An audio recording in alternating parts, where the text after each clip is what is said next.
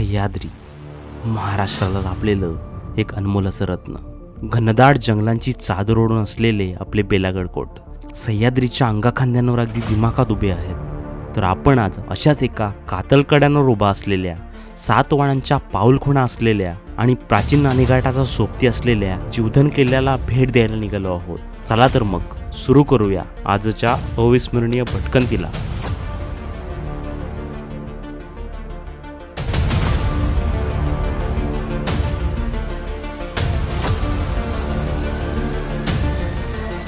मित्रांनो, मागील व्हिडिओमध्ये आपण शिवनेरी किल्ल्याची सफर केली होती आणि आजचा आपला प्रवास जीवधन किल्ल्याकडे सुरू होणार होता. तर मंडळी, इथेच आम्हाला वाजलेत 5. तसं शूट करायला मिळेल तसं मी तुम्हाला दाखवेलच, पण मी प्रयत्न नक्की करेल की नाणेघाटला सनसेटच्या आधी पोहोचणार. जीवधन किल्ल्याचं पायथ्याचं गाव आहे घाटघर. मुंबईपासून हे अंतर सुमारे 150 किलोमीटर तर पुण्यापासून 120 किलोमीटर आहे.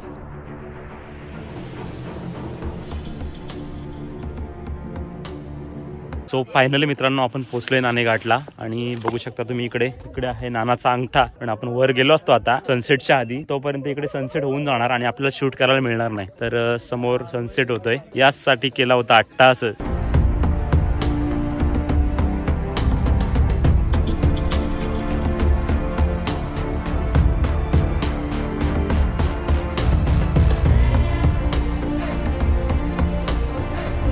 नानाच्या अंगठ्यावर आपण आहोत उभे.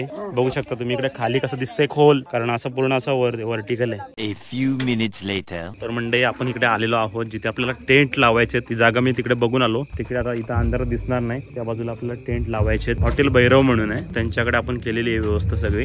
इकडे रूम वगैरे असते व्यवस्था. तर तुम्हाला टेंट मध्ये नसेल राहायचं, तुम्ही रूम घेऊन सुद्धा राहू शकता. पण टेंटची जागा मी बघून आलोय, तिकडे टेंट लावूया. जेवणाचं काम चालू आहे आपलंच, म्हणजे आपला जो ग्रुप आहे त्याच्यासाठी. गरम, एकदम गरम जेवण आहे.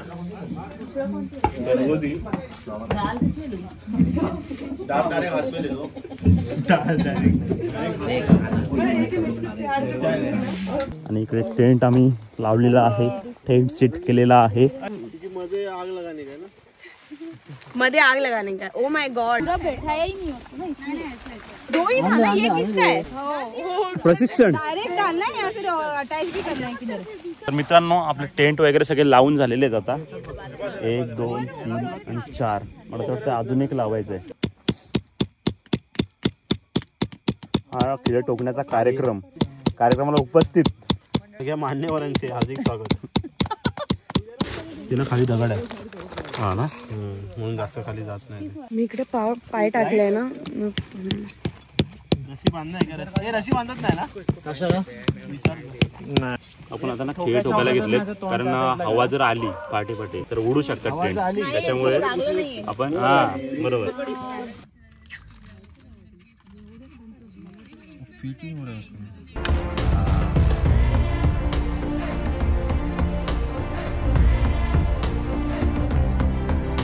इथे आहेत साईडला. नाही, अजून लागतील. शेकोटी म्हणजे लागणारच.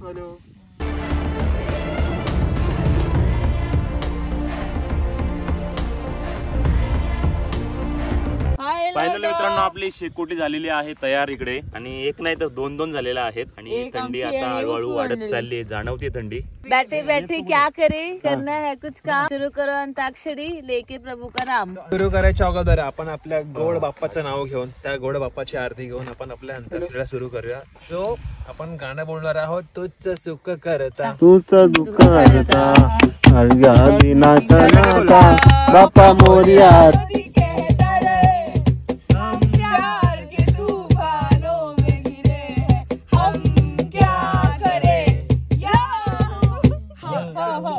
आशिक है सदियों पुराने, हम तो तेरे आशिक है सदियों पुराने. चाहे तू माने चाहे ना माने, चाहे तू माने चाहे ना माने. लाख छुपाई बैठी थी मैं अपने चांद से चेहरे को. The next morning.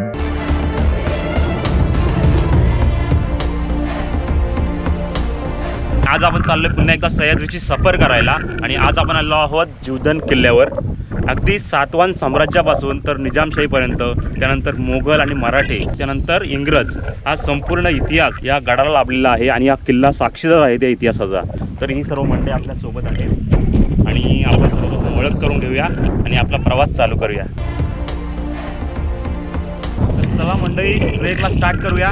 Chhatrapati Shivaji Maharaj की हर हर हर हर. देश आणि कोकणाच्या सीमेवरून जाणारी ही वाट सुखावणारी आहे. दरीतून सुटणार हा गार वारा या भटकंतीचा उत्साह जागा ठेवतो. अनेक सरतीचे शिलेदार या वाटेवरून जीवधन किल्ला सर करायला गेले असणार. मित्रांनो, जीवधनचा ट्रेक करत असताना आपल्याला या बाजूला एक उजव्या साईडला जो पॉईंट दिसतोय ना, तो रिव्हर्स वॉटरफॉलचा पॉईंट आहे.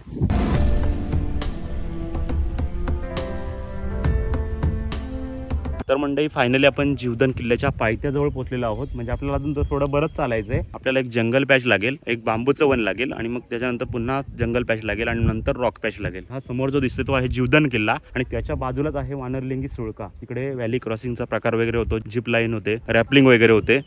आपल्या राज्याचा विस्तार करत असताना आपला व्यापार सुद्धा वाढला पाहिजे आणि व्यापार वाढताना आपल्या राज्याच्या सीमा अधिक बळकट करण्यासाठी सातवाहन साम्राज्याने चावंड, हडसर, शिवनेरी, निमगिरी आणि जीवधन अशा किल्ल्यांची निर्मिती केली. आता चालू झालं बांबूचं वन.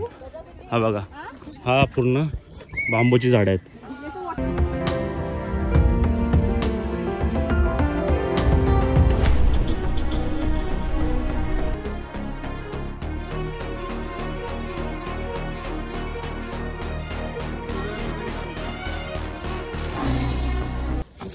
आता हा ना पूर्ण जंगल पॅच आहे, पूर्ण जंगल आहे आणि भयान जंगल आहे.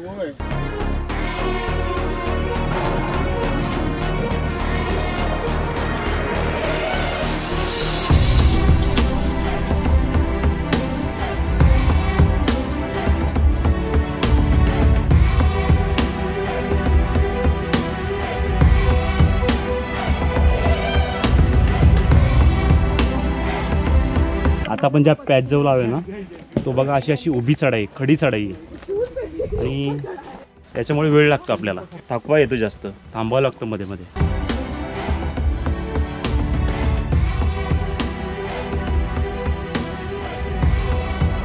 हा इकडनं आपल्याला दिसतोय वानरलिंगी सुळका आणि इकडनं सुद्धा तिकडे जायला रस्ता आहे. जीवधन किल्ला गिरिदुर्ग प्रकारात मोडत असून या अखंड कातळात कोरलेल्या पायऱ्या आपल्याला इथे दिसून येतात.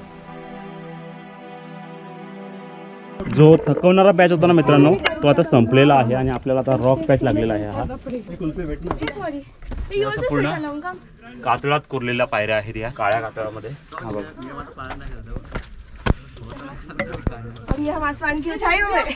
मागे वळून पाहताना घनदाट वनराई आणि दूरवर आकाशाकडे झेप घेणारा नानाचा अंगठा आपले लक्ष वेधून घेतो. इकडे मेंबर्स बसलेले आहेत. तर मित्रांनो, कसा होता एक्सपिरियन्स आतापर्यंत? कसा एक्सपिरियन्स? छत्रपती शिवाजी महाराज की जय. आणि मित्रांनो, अशा एक सुंदर स्पॉटवर आम्ही थांबलेलो आहोत आणि इकडे आम्ही आमच्या द्रोणाचार्यांना उडवणार आहोत आणि तुम्हाला बघायला वेळ शूट कसं येते. आवडलं तर लाईक नक्की करा.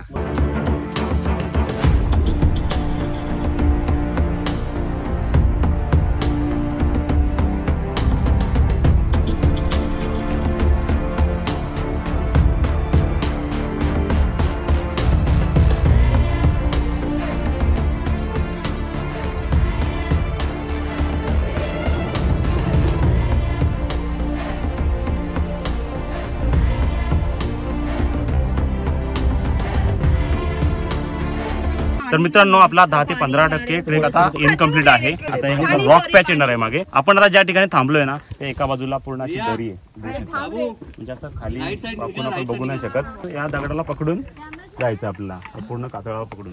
ओके, चला लेट्स गो. मित्रांनो, आता आपल्याला अजून एक रॉक पॅच येईल आणि बघू शकता तुम्ही इकडे वरती पूर्ण असं कातळ दिसतो आपल्याला आणि खाली तिकडे नानाचा अंगठा दिसतोय. रात्री गेले होते ना तिकडे. येस, मूनराईज बघितला.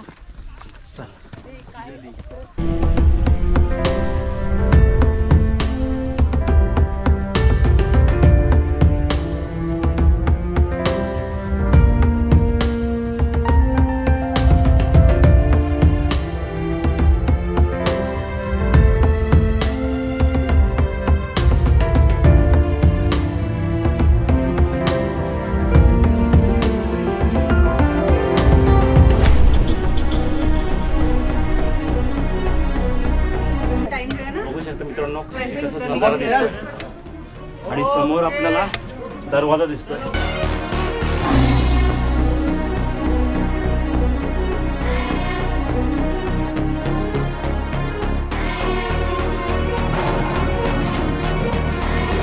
आणि इकडे आहे ना आधी पूर्वी पायऱ्या होत्या. तुम्हाला सगळ्यांना माहितच असेल, इंग्रजांनी बरेच किल्ले उद्ध्वस्त केले. म्हणजे कोणीच चढावं नाही, आतमध्ये जावं नाही किंवा किल्ल्यावर राहू नये यासाठी त्यांनी उद्ध्वस्त केले. आणि इथे सुरुंग लावून त्यांनी ह्या पायऱ्या पाडलेल्या आहेत. मित्रांनो, हा गडावरचा ना एकमेव थ्रिलिंग पॅच आहे हा. आणि आपल्याला रोपने वर जावं लागतंय. आता ही सगळी मंडळी बसली आहे.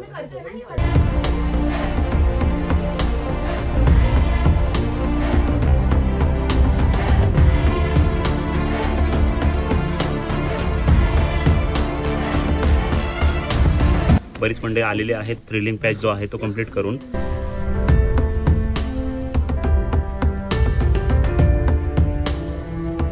खरं तर घाबरण्यासारखं काही नाही, कारण कसं आहे तिथे रोप आहे ऑलरेडी. तर तुम्ही व्हिडिओमध्ये पाहिलंच असेल, रोपला पकडून आपल्याला वर यावं लागतंय.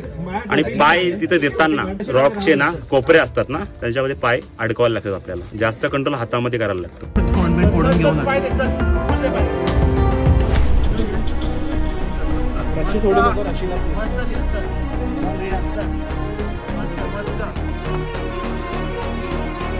Very good.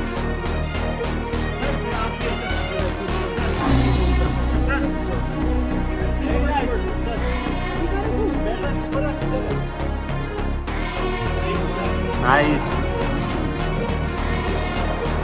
तर मंडळी, आपण किल्ल्याच्या पहिल्या दरवाजाजवळ आलेलो आहोत आणि या दरवाजाचं नाव आहे कल्याण दरवाजा. गडावर येण्यासाठी एकूण 2 दरवाजे आहेत. एक आहे जुन्नर दरवाजा आणि एक आहे कल्याण दरवाजा. तर या दरवाजाची रचना तुम्ही बघू शकता, गोमुख प्रकारची आहे. म्हणजे गायीने मागे तोंड फिरवल्याची एक आकृती तयार होते, तशा प्रकारची रचना या दरवाजाची आहे. म्हणजे पूर्वीच्या काळी काय व्हायचं, तोफा टाकल्या जायच्या, दरवाजे तोडण्यासाठी तोफा टाकल्या जायच्या. आणि तोफेचा मारा समोरून केला तर तो थेट आपला जे बुरुज आहेत ना, बुरुजांवर आदलत असे. आणि त्यामुळे दरवाजाला काही धोका नसायचा. आणि पूर्वीच्या काही लाकडी ओंडक्यांचा वापर केला जायचा दरवाजे तोडण्यासाठी. लांबून धावत येऊन ते दरवाजावर आदळले जायचे. पण ते सुद्धा करू शकत नाही, कारण याची रचनाच अशी आहे की लांबून धावत सुद्धा येऊ शकत नाही. तर मित्रांनो, सगळ्यांनी जो खडतर पॅच होता, जो थ्रिलिंग पॅच होता, तो कम्प्लीट केलेला आहे. आणि आम्ही दरवाजाच्या आतमध्ये आलेलो आहोत.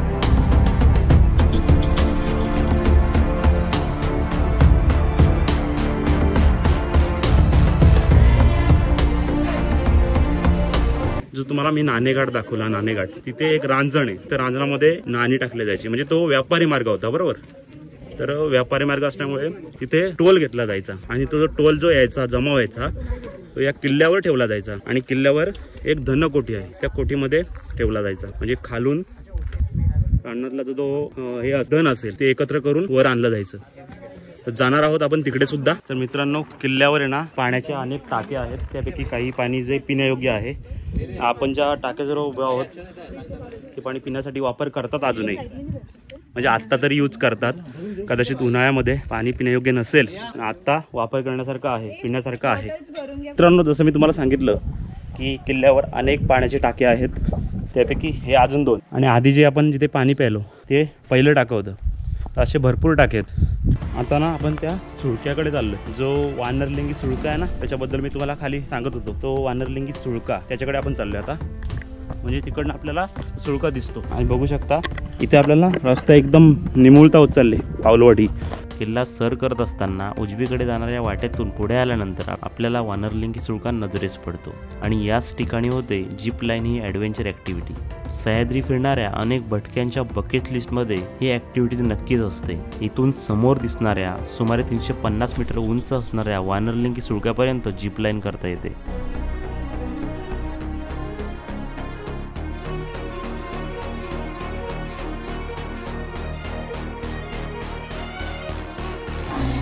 तिकडे गेल्यानंतर आहे ना रॅपलिंग करत करत खाली यावं लागतं. काहीतरी ते 350 मीटर आहे काहीतरी. तर रॅपलिंग करत खाली जातात. म्हणजे इकडनं एक ॲडव्हेंचर, तिकडनं गेल्यानंतर पुन्हा अजून एक ॲडव्हेंचर. अशा 2 गोष्टी कराव्या लागतात एकाच वेळी.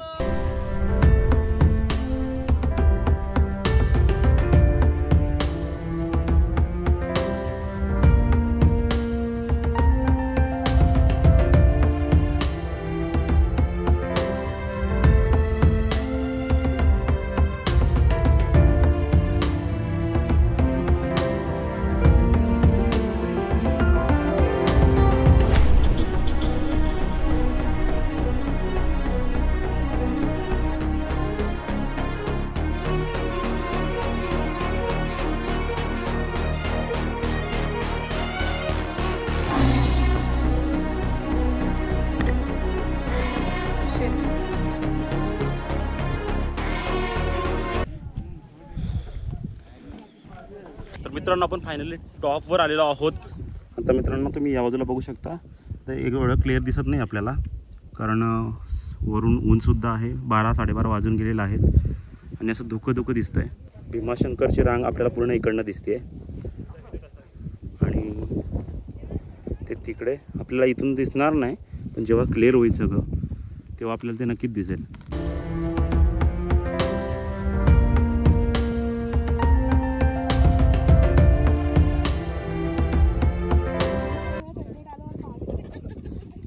टेपलावर काय चटणी आहे? वाली चटणी आहे क्या? उन्हात अनात बसलेली आहेत पोरं, ही कोकणची चटणी आहे. भुकेलेली आहेत खूप. चटणीची आहे टेपला का? ये थेपला चाहिए किसको? किसी को चटनी एक्स्ट्रा चाहिए इसमें है. मेरे को चकली चाहिए. अरे उसमें चटनी है. ए चटणी घ्या कोणाला पाहिजे? चटणी काढून घ्या. अंदर है. तुला आवडते ना, मग घे ना. पुढच्या प्रवासाला सुरुवात करूया आपण. बऱ्याच वेळ बसलो आपण, अर्धा तासापेक्षा जास्त बसलो आपण. स्नॅक्स वगैरे केला, प्रत्येकाने काहीतरी खाऊ आणलं होतं, सर्व काही खाऊन झालेलं आहे. आणि आता आम्ही जातोय खाली, तिकडे जिवाईचं मंदिर आहे आणि धान्य कोठार वगैरे आहेत, तिकडे जातोय. आणि जसं प्रत्येक गडावर ना गडदेवता असते ना, तसं या गडावर सुद्धा गडदेवता आहे, म्हणजे जिवाई देवीचं मंदिर आहे. मंदिर बांधलेलं नाही येते आता, पण आहे. ओके, चला जाऊया. इतर किल्ल्यांप्रमाणेच महादेवाचं मंदिर आपल्याला या किल्ल्यावर सुद्धा पाहायला मिळतं.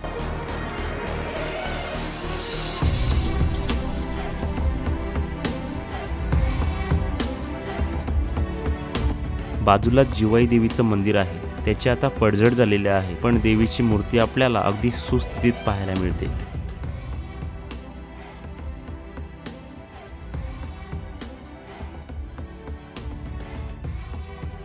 गडावरील पाहण्याचं प्रमुख ठिकाण म्हणजे ही धनकोटी. जुन्या काळातील बांधकामांचं सर्वोत्तम उदाहरण आपल्याला या कोठारांच्या रूपाने पाहायला मिळतं. खूपच वैशिष्ट्यपूर्ण रचना या कोठाराची आहे. कोठारामध्ये कमलपुष्पाचे कोरीव नक्षीकाम आहे. 1818च्या शेवटच्या मराठी इंग्रज युद्धात या कोठारांना आग लावली होती. त्याची राग आजही या कोठारांमध्ये पाहायला मिळते. जीवधन किल्ल्यावरील एकदम व्यवस्थित आणि सुस्थितीत असलेलं बांधकाम म्हणजे हे धान्य कोठार. याची रचना आणि बांधकाम खूपच वैशिष्ट्यपूर्ण आहे.